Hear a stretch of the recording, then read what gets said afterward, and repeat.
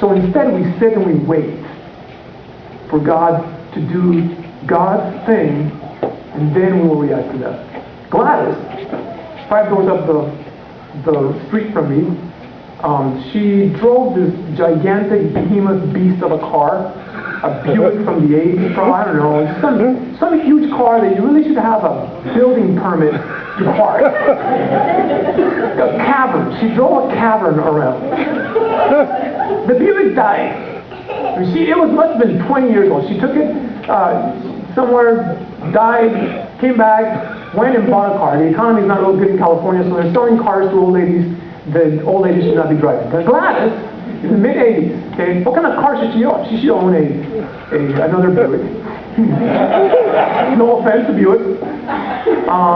She should own I don't know, what's a good car for an 85-year-old? An Avalon?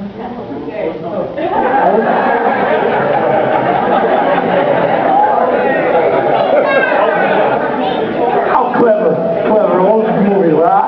Good. She went to a Subaru dealership because a friend of hers told her Subarus are really good, they last a long time, you'll love it. She went and the salesperson sold her a WRX. This brother knows what I'm talking about. That's not an 85-year-old car. Worse than that, that's your car? You know what I'm talking about. Worse than that, the salesperson sold her the one with the fin in the back, the little air intake in the hood thing, the rims that match the paint of the car, and just to add insult to this whole thing, the car has one of those loud mufflers. So Gladys drives to the store to get milk and bread for the week. She goes there maybe once, twice a week.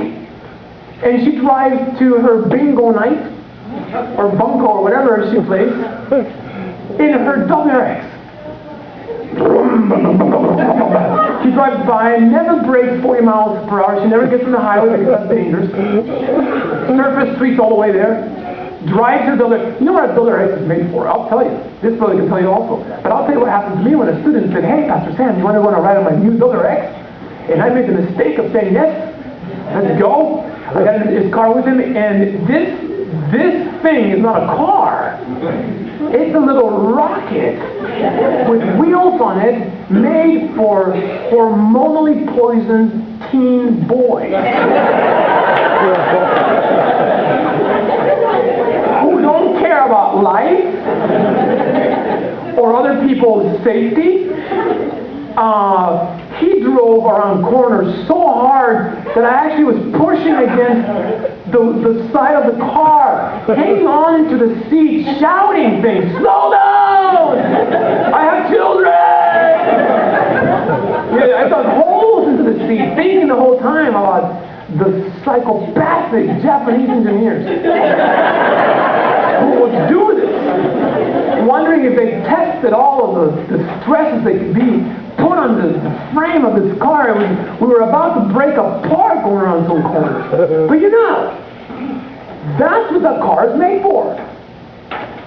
It's not made to go 40 miles an hour to say to brothers at a grocery store to get milk. It's being wasted sitting in that driveway. That's what a Buick is for, to drive 40 miles an hour, no offense. Gladys drives that car, and every time I see it, I mourn for this other. It's not living like it's supposed to. I jog by Gladys' house some mornings, not as often as I should. And when I pass this other, I pause, and I get close to it. And if you get really close, you can hear it whisper, "Help me."